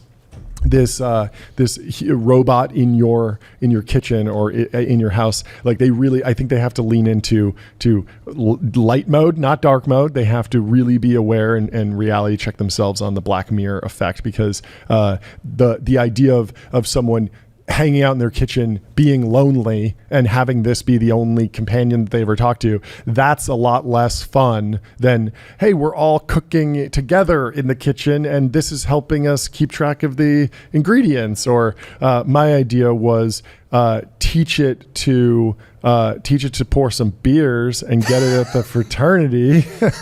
This thing needs to be tending bar at a frat house and inspiring dancing silhouettes like the original iPod commercial in order to be successful. Get the iRobot a stack of red Solo cups ASAP. Apple's canceled for fraternity coded marketing. I think that would be amazing. Next. If this thing could pour a beer without foam, I think they got a winner. Because it needs to inject itself into social. Even the iPod, yes, you could put it in the headphones and you could tune out the world and be that dancing silhouette during the iPod commercial. But also you could say, pass me the aux cord. I want to play a song for my iPod that everyone can enjoy, and it's a social experience. And so it's important to show both of those sides now more than ever. And in ChatGPT demos, in any AI product demo, there's always going to be the user who uses the product to be more isolating, but the marketing should always be aspirational and pro-social, just like social media. Social media, it's at its best when we're highlighting the fact that, I have so many friends that just send me a random Instagram reel every single day. And that's our interaction. And for me, it's a way to like check in with a friend and like share a laugh. Hey, share a laugh, and it's a heart and it's a laugh. I can imagine the ad creative for the Apple Pixar lamp. You know, it's sitting on the center of a kitchen island. The family's hanging out, and they're FaceTiming somebody. Exactly. Yeah. So one of the family members is out of town. I can actually imagine us having a Pixar lamp here on the table. Really, it's like you want to be connecting two families or two sides of the family. The East Coast side of the family, the West Coast side of the family. They're both having Thanksgiving and they're able to connect, but everyone's being extremely social. Do not film this thing with the lonely person. Having the Pixar lamp be the only thing to keep it company. Yeah. Anyway, that's my advice for Apple. What else is in here? The projects coded Linwood and Glenwood. Core to the new home devices are current products like iPhones and iPads is an overhaul to the underpinnings of Siri. Engineers are working on a version code named Linwood with an entirely new brain built around LLMs, the foundation of Gen AI. The goal is to tap into personal data to fulfill queries, an ability that was delayed due to hiccups with the current version. It should be able to do it. Hopefully, this team, they should have a moonshot division just trying to solve iMessage search. They could probably start there. Every tech company needs that. Amazon search is rough. Google Gmail search is rough. Their search has gotten so dominated. There's $1 billion business in figuring out search. That would be the killer. That might be a killer app for Comet and some of the browsers. Is just like actually being able to search my Gmail inbox better. That would be pretty fantastic. I feel like it should be at the app layer. Anyway, whatever they're building products. They got to get on Linear. Linear is a purpose-built tool for planning and building products. Meet the system for modern software development, streamline issues, projects, and product roadmaps. OpenAI is on Linear. Let's get Apple on Linear. Let's get the Siri team on Linear. They very well might be already. So Craig Federighi, who you all know, says the work we've done on this end-to-end revamp of Siri has given us the result we needed. He added that this has put us in a position to not just deliver what we announced, but to deliver a much bigger upgrade than we envisioned. He said there is no project people are taking more seriously, so that is very positive. A final decision hasn't been made on which models will be used, but Apple has been testing Anthropic PBC's Claude for this purpose. Mike Rockwell, the former Vision Pro chief who was put in charge of Siri earlier this year, is overseeing both the Linwood and Glenwood efforts. Apparently, so during the development of the tabletop robot, Apple engineers have made heavy use of ChatGPT and Google Gemini to build and test features. Within Apple AI and Siri teams as a whole, software developers are increasingly using third-party systems as part of their development process. Getting into a Ring competitor here, Apple is working on a camera codenamed J450 designed for home security, detecting people and automating tasks. The device will be battery powered and could last for several months to a year on a single charge. Cool. That's interesting. If they can do this for they can do this for a random home security camera, they can't do it for your iPhone. So they have you're telling me they have the capability to have an always-on camera. Put the tinfoil hat on. We need a tinfoil hat. The device has facial recognition and infrared sensors to determine who is in a room. Apple believes users will place cameras throughout their home to help with automation. That can mean turning lights off when someone leaves a room or automatically playing music. There you go. So Apple, you're telling me that you can make a home security camera, of which I will purchase multiple and put them around my house, and it will be able to have a single battery that could last for several months to a year on a single charge, and you can't make an iPhone? It's a little bit different. The screen's pretty bright. The screen's bright. Yeah, but an always-on camera? Yeah, how long do you think your phone battery would last if you just constantly had the camera? I actually think running the camera sensor is a lot less power intensive than running a screen, for sure. And obviously a bunch of different applications. But still, yeah, pretty powerful, pretty exciting I don't think people want an always-on iPhone. They want the thrill of charging the iPhone every night. If you're an adrenaline junkie, there's nothing like being on 1% trying to fire off that last iMessage, trying to search I actually iMessage. had a moment yesterday. Yeah. My 1-year-old is starting to walk, and I had this moment yesterday where I'd filmed a video of her walking for about 10 seconds. Mm-hmm. Everyone's in the house is like laughing, enjoying the moment, and then my battery died, and completely lost the video because save. I didn't hit like end the video. Wow. So the battery died right in the middle of this. Memory gone forever. There is actually, that has something to do with the encoder. There is a certain file type that you can use when you're filming on one of these cameras that if the battery dies, it will actually save the last of the file. But there's certain codecs where if you don't hit finish recording, the whole thing will be corrupted. It's very annoying. We have the debate of the century, the debate of the year, a showdown between former Founders Fund colleagues. Friends turned foes. Friends turned rivals. Everett, Randle, he's been on the show before. Delian, Asparouhov, he's also been on the show before. They haven't been mincing words, John. They haven't. They have been throwing shots. Yes. Back and forth. Every TBPN appearance. Yes. They're calling the other one out. Yes, and so they will be debating and right now we're going to settle this. Strategies. We're going to settle it today on the stream. The Slop versus Steel debate. Which is better, high margin software or capex intensive reindustrialization efforts? That's right. We will bring in Delian and Everett into the studio. Welcome to the stream. How you guys doing? I like that background. Very good. Energized. Here we go. We're going to be breaking it down live here. Yeah, we're going to be breaking it down live. Every time one of you gets a point, I'll put a little point on the board. Style. If things get out of hand, we'll be banging the gong and bringing order like it's a gavel. But I'm sure this will be. I'm sure everyone will be civil. Oh, I'm sure. And keep the name calling to a minimum. Good to have you both. Thanks so much for being here. Let's kick it off. Let's start off. What's your least favorite thing about the other person? I'm kidding. I was gonna say we should kick it off with the original story. Like, how did this all start? Basically. Yes. Yeah. Give us some backstory. Yeah. You wanna give it? Yep, I'm happy to. So we were back at Founders Fund. We were starting to beef up our like CRM and data science efforts, and so we were integrating some external data into our CRM, figuring out how we could filter opportunities better to each of the investment team professionals. And we were looking at the different data. I was like, it'd be really nice if we could filter this by gross margin, so that all of the negative gross margin companies that come into our CRM, we could give them all the Delian, because it seems like those are the types of companies that he loves to invest in. The rivalry between the low gross margin side of the house and the high gross margin side of the house was born then. Okay. And Delian, justify why do you like these businesses? Is that even a fair characterization? Fair characterization. I think, my sort of one-liner would be, I'm not sure that sort of gross margin is actually like the right thing to sort of focus on in a business, especially sort of early on. What you want to be thinking about is obviously EBITDA margin, in particular terminal EBITDA margin. And so when I think about the at least Founders Fund ethos to sort of investing, we think that terminal EBITDA margin mostly is determined by ultimately how much of a monopoly your company can be in the long term. And so if you look at sort of Mag 7 today, obviously there's a decent chunk of them that have some phenomenal sort of gross margins, and those tend to be the ones that are a little more software oriented. If you look at the one that is at the biggest scale and has the best EBITDA margins, it's the one that is the most, basically hardware oriented. For sure, some of it propped up by like CUDA and their sort of software side of the house.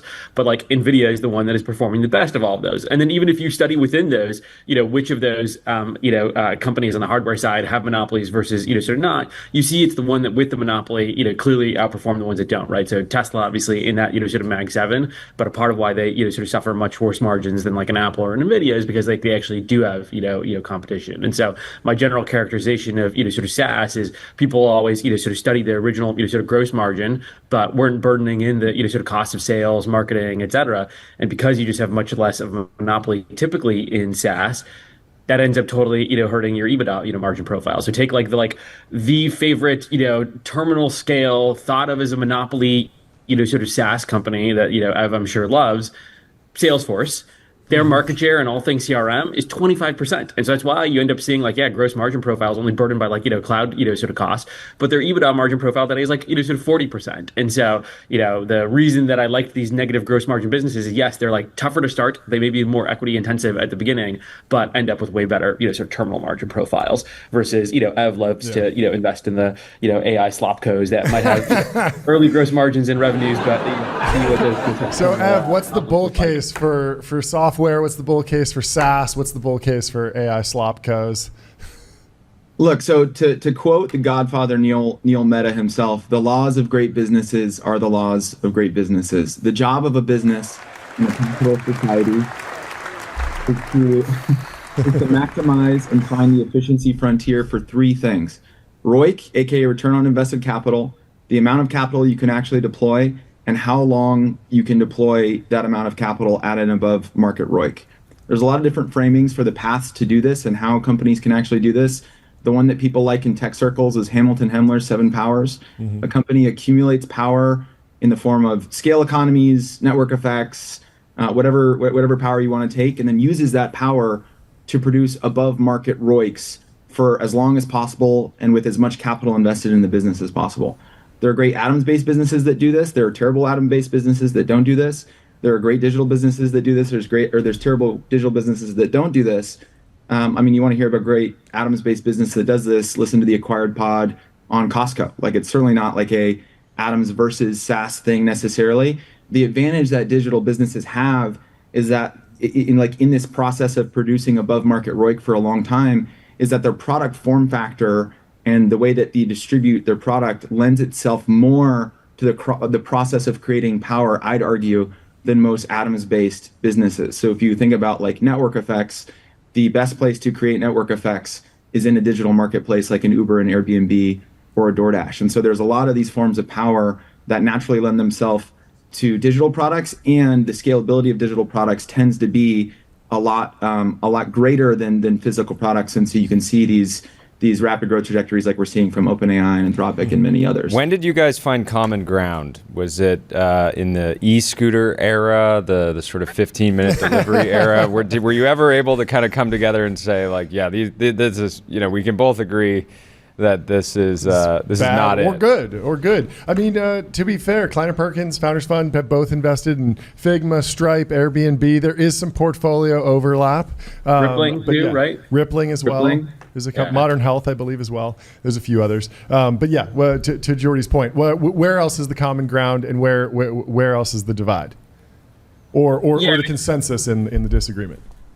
Yeah, I was gonna say, Everett and I were texting before this of like, what are sort of two companies that I think both of us were enthusiastic about in sort of 2021 mm-hmm. that actually both have sort of trended well, but are sort of counterpoints to our two arguments. And the ones that we kind of came up with were in 2021 I was really sort of high conviction on Hadrian. Mm-hmm. In 2021 I was super sort of high conviction on Rippling. Mm-hmm. Both those investments have sort of performed quite well over the last couple of years, but look sort of wildly different in terms of profile. Rippling, like many other, sort of SaaS companies, does end up having, an initial, very high gross margin, but does still have to spend a lot on sales and marketing to bring in, sort of net new customers.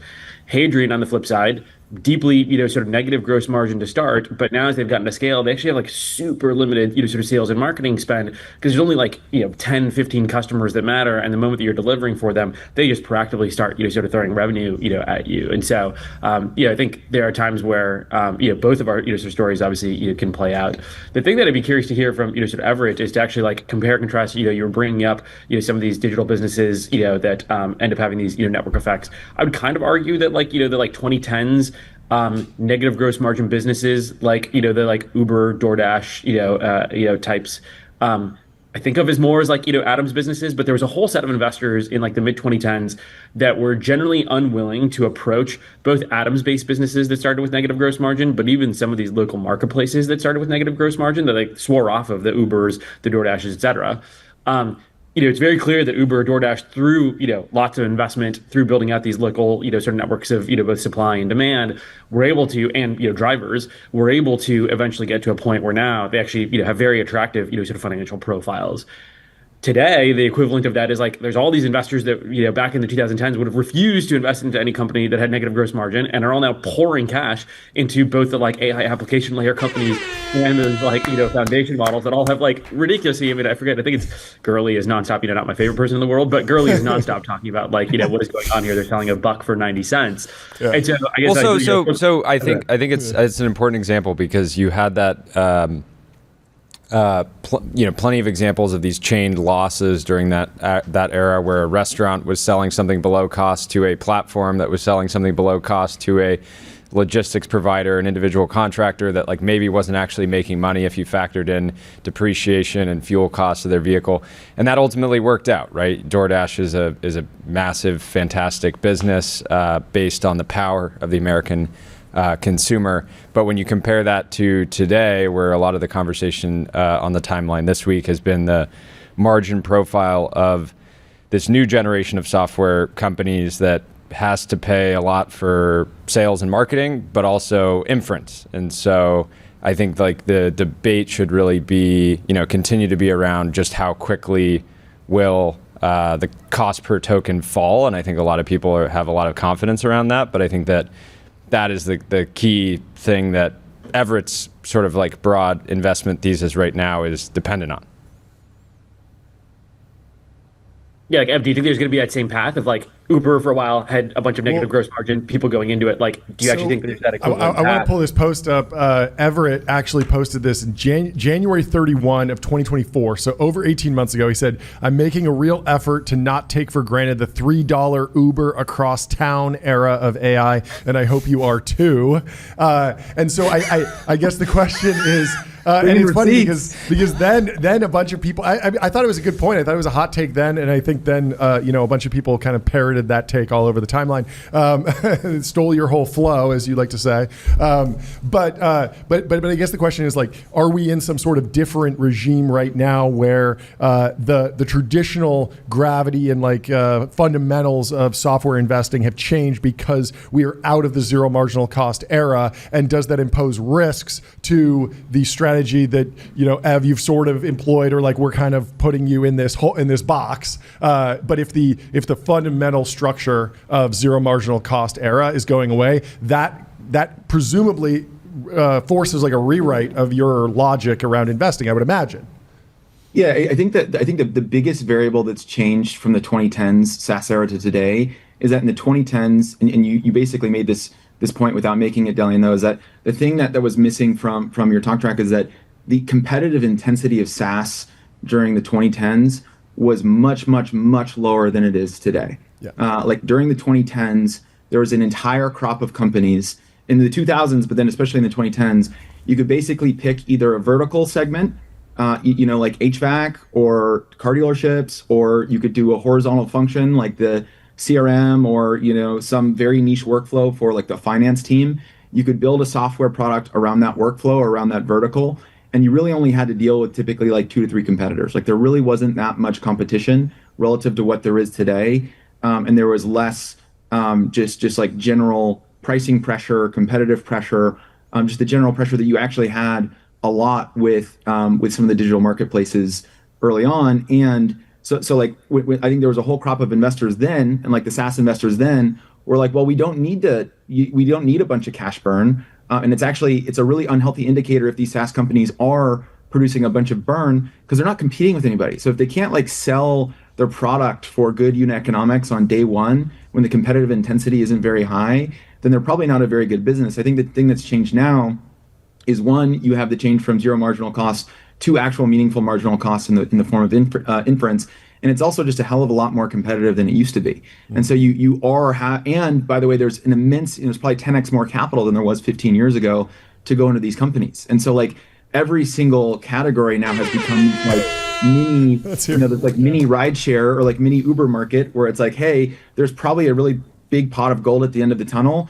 And we need to be the ones that get first to scale. And in a lot of these categories, the ones that have gotten first to scale have gotten a lot of brand equity out of it and have gotten a pretty resounding lead. I think the only other piece I would say, I lost my train of thought. So yeah, but it's going to be basically it's going to be like a capital fight now on the SaaS side. I wonder if the contrarian trade around hard tech is entering a similar era where it's become consensus, and so we're going to see more capital fights. And when a founder goes out and says, "Yeah, I'm going to do something crazy, but I need to spend $1 billion of capex," people are just like, "Yeah, this could be the next SpaceX." Yeah, sure. It made sense to have a capital war in rideshare, but now we have a capital capital war in like this niche agentic workflow in some industry that most people have never heard of. And then also like, a capital war. Here's $200 million funding for military boats and UAS and UAP. Like all these different subsegments are going to wind up. If capital wars start popping up there, that could potentially be a headwind to Delian's model. Is that roughly correct? How would you fight back against that? Look, I think it's always sort of important to talk about sort of specifics here, right? Yeah. One of Ev's sort of major investments in the last year is this company called Captions that basically does AI captioning of various sort of videos on social media. When I think about handing sort of 2 Stanford grads and $100 million to go try and sort of replicate that. Yeah, feels like they could go do something like that. There's like clear voice recognition models. They can go sort of pay on ads on TikTok, et cetera, and you could probably go and replicate that. And so our one line at Founders Fund is competition is for losers, and so I think I was a loser for investing in this company. Now, people in the chat were saying this wasn't spicy enough, and you just delivered, Delian. So thank you. Now if you take sort of 2 Stanford grads and $200 million and tell them, hey, I need you to go replicate this manufacturing facility and go start building a bunch of sort of satellites, reentry vehicles, bioreactors that can actually survive the environment of space. Most sort of Stanford grads can't go ask ChatGPT how to go do that. And Varda hasn't really faced significant sort of competition, irrespective of the fact that all things space factories are thought to be sort of the hot new thing. To be clear, we use captions here on clips. We enjoy the Captions app. We thank Ev for making it possible and subsidizing our. And there is a YC. tokens. There is a Varda-esque YC company. So they're coming for you. Indian Varda, I think, will be a little bit less competitive than sort of Indian Captions. Also, if you're the Captions CEO and Founders Fund is trying to invest in your next round, please still let us do that. You're a helpful counterpoint for me. Delian, you were correct that it was getting too friendly of a debate. Yeah. I did want to make sure I could pin this one on you. If you can recite the equation for return on invested capital, I will sing victory to you, and I will donate $5,000 to a charity of your choice. Let's go. Cluely. Hopefully he's got Cluely running. Exactly. My equivalent for Everett will be if you can explain basically why you can't create microgravity down here on Earth. I will also donate $5,000 to a charity of your choice. But I don't think you have I may not have the basic understanding of business physics, but you don't have basic understanding of physics, and one's more important about understanding the universe around you. Okay. I mean, I'm pretty fixated on the 2035 Midas list. Yeah. That's really kind of the final. It's the bigger. That's bigger, this. Bigger That's have this you been on debate's Midas last brink yet, exam. or I forget whether or not you've made it up there? Taking shots. Tough, not even on the brink yet. Marie joins KP after you, and she beats He's you. laughing me. It's okay. Eventually, we're gonna bring back the extra names in Kleiner Perkins. It used to be Kleiner Perkins Caulfield Byers. It's gonna be Kleiner Perkins Randle Braswell. Eventually, once we're working on it. We're working on it. We're pitching it. Where should we go next, Jordy? I guess Everett. How are you? How quickly? How much should people be fixated on the cost per token with these frontier models over the next 6 months? How long can venture capital sort of backstop these chained losses? Yeah, I think that the way to delineate the whole so obviously I think there was this kind of consensus narrative that every 12 to 18 months token costs were going down an order of magnitude, and I think that did hold for a while. I think what you've seen now is actually for frontier models that started to peter out a bit, and pricing has actually started. It's still going down. It's not going down nearly as much as it used to when we were kind of in the meat of the curve of capability improvements on frontier LLMs in terms of pricing curve. So I think that the way that you want to delineate it is there's a certain what I always tell everyone is that there hasn't been a ChatGPT query since GPT-4 that my mom hasn't been able to ask and have it answered by the model. So there's the mom test of models where there's a growing subset of tasks economic or knowledge tasks that the models are tasked to do that no longer need frontier intelligence. And when you're not on the frontier, either through open source or just the cheapening and distilling of older models, the price still falls off a cliff. Sure. And so there's going to be a very, very large set of tasks that models do that are not on the frontier, and those are going to continue to get dirt cheap. I actually think that at the frontier, you're probably going to see continued price decreases on a per token basis, but nowhere near what you saw before, which was this order of magnitude decrease on a very regular cadence. And so I think for like depending on the company, it's going to depend on one, if you've actually built a company that has enough power where you have pricing power where you can price above the kind of marginal token price from the actual model providers. And then two, like how much of your inference actually needs to be at the frontier? Like how much of your inference can be an older model that's much, much cheaper versus how much do you need to do on the actual frontier? I think that's what you're seeing. Like, everyone loves to talk about Cursor, and Chris Pake over at Pace Capital had this really great kind of like mini essay, I think only like last night or a couple of nights ago. Yeah. And he talked about like no one knows if Cursor has power yet because, coders and developers, they're very, very, like they're tastemakers. They're very good at understanding the quality of the models and how much inference they're getting. And there's a lot of price sensitivity for them because they have a really good understanding of how much inference they're getting. And so no one really knows. I think no one can definitively say whether a lot of those types of companies have actual power with their users or if they're just drawn to an interface for frontier models or not. And so I think that's what everyone needs to be looking out for is those two things. Like, do you actually have power? Like, will people give you margin above the marginal cost of tokens? And then two, like, do you even need the frontier inference for the vast majority of your product, or is there a lot that you can offload to cheaper models? Yeah, I mean, I guess your counter, sort of there, Everett, is that, a majority of what the foundation models are providing in terms of, sort of value to their end users is starting to be, sort of obviated by the historical generation, even some of the ones that are sort of open source. So it seemed to imply that where value is accruing and where you'd expect the highest revenue growth wouldn't necessarily be at the foundation layer, but you'd see it more at the application layer since those folks can swap models out. But in reality, that's literally just not what actually is happening. Like if you look at which companies are, sort of fastest on sort of revenue growth, user growth, et cetera, it is the foundation model companies. It seems like a part of it is that they also have, sort of the most pricing power where, yes, your mom, uses GPT-4, but she's not the one that's necessarily paying $100, $1,000, $10,000 per month versus the true frontier capabilities on AI coding, the pro users, the one that actually do care about, maybe your mom is fine with 115 IQ model and that's fine for the rest of her life because she's just not asking it that difficult of questions versus the people that actually are willing to sort of pay are the ones that actually do care about the 140, 160, 180 IQ. Again, maybe at some point that gets sort of commoditized as well. But my sort of counter to you would be, you've made this argument that seems to imply, hey, things will accrue to the AI application layer, which, if I understand, your guys' portfolio is largely where you guys invested. But in reality, that's not what's played out. The places that have captured the most revenue growth, the most market share, have been the ones that are actually pushing the true frontier of the sort of technology forward. And so far, at least in the last 18 months, your thesis is not playing out at all. Well, to be clear, isn't it somewhat widely understood that Anthropic has negative gross margins as well? So it's not like they're doing. Ev's point was that you want to invest in these companies that have the sort of seven powers, and in the days of Uber, DoorDash, et cetera, that did end up sort of translating. It seems like NVIDIA has the most power, then the foundation model labs, maybe then the application layer. We'll see how much power develops in the application layer. But Ev, we'll let you respond.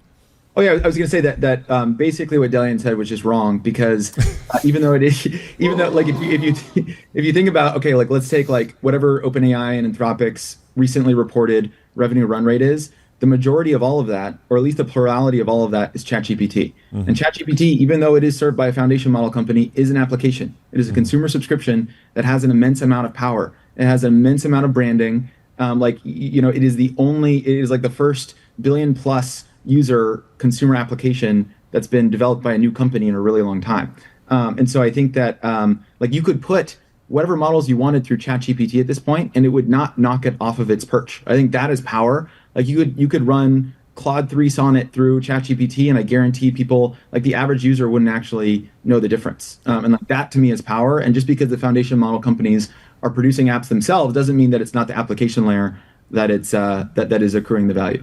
Okay, then my question is, you've got, OpenAI with the best possible consumer application layer. You've got Anthropic that shifted over to positive gross margins, and those margins are expanding, and yet Kleiner's not investing into either of those foundation model, sort of companies. Why?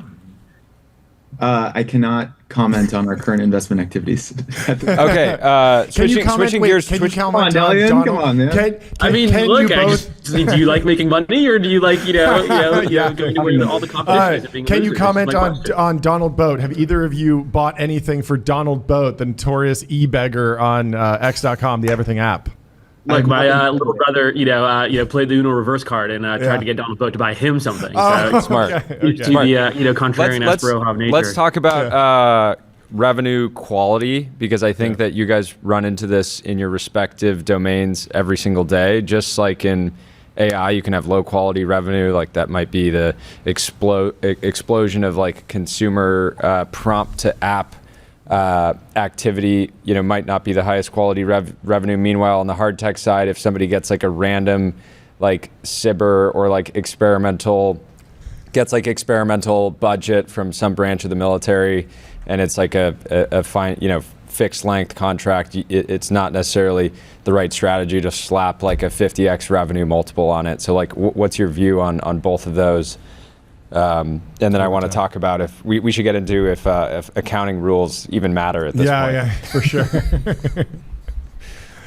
Yeah, I mean, in hardware land, we think about this all the time of like, there's clear differences in quality of revenue, everything from like, defense, program of record, you have to value that very differently than even like a $50 million, SBIR. And so it has been interesting to see a bunch of investors coming into this field where I think there's a lot of pre-existing 10 years of rules around software of like what, healthy revenue looks like, Rule 40. There's all these things that like, even if you're somewhat unsophisticated, infinite blog posts, when you look at that in the world of like hardware and defense, sort of investing or aerospace, there aren't like infinite blog posts for people to study. And so I admit that I'm sometimes amazed when I watch people come in, even for, I should never, sort of trash my own portfolio, but sometimes even my own portfolio companies, I watch people invest into them and I'm like, wow, like you just have a deep underappreciation for just like how long this company has until gross margin flips to like positive, how long it's going to be until they're actually, sort of ready to, go scale revenue. Even if it on the back end, it might be attractive, it may be years and years for them to, sort of get there. And so, I see huge variation on that. And then mostly what I end up, sort of seeing is people just come in and like slap a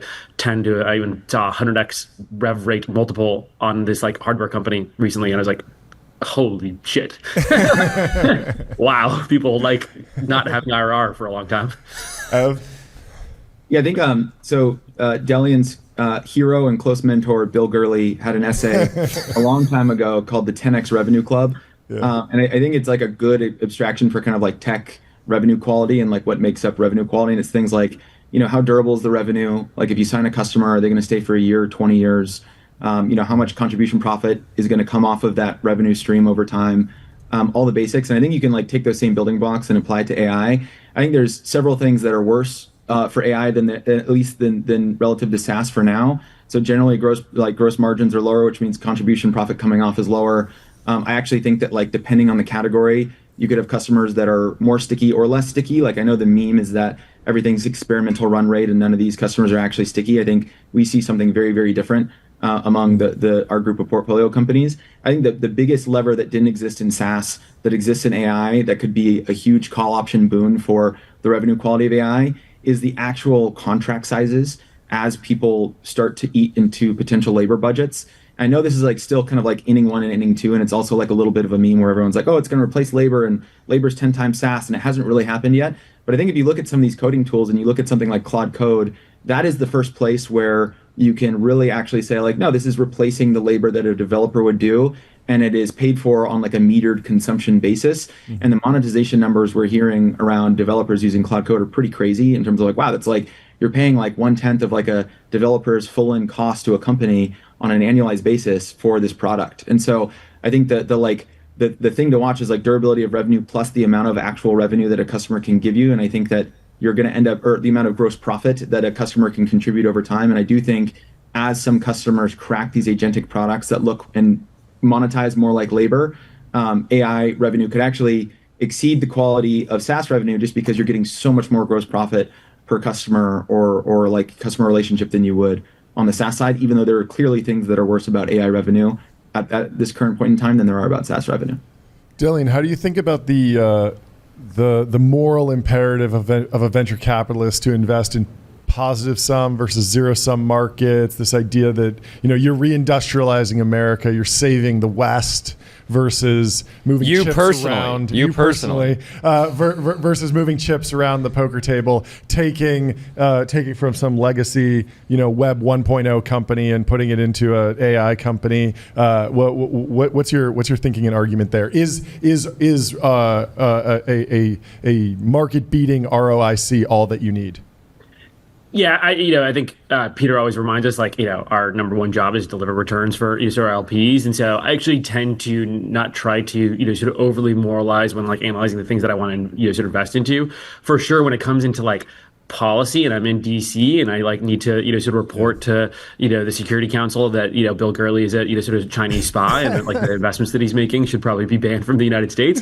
Yeah, for sure there I have sort of moral imperatives and things that influence that may end up shifting ROIC, right? Sure. So but when it comes to like which literal investments are we making, I think of it as just like you just have to sort of make the sort of best possible investments irrespective of sort of moral imperatives. But in some ways I tend to think it turns out actually if you go too immoral, then that ends up sort of affecting ROIC. So maybe and the last thing that I would at least sort of close on for my sort of question for Everett is one of the upsides of Founders Fund is we're very sort of let's say non-centralized, distributed, not many sort of rules, which Everett for some reason sort of chose to leave. And so I know nowadays everything that he says publicly probably has 5 comms people and 5 compliance people that need to sort of approve it.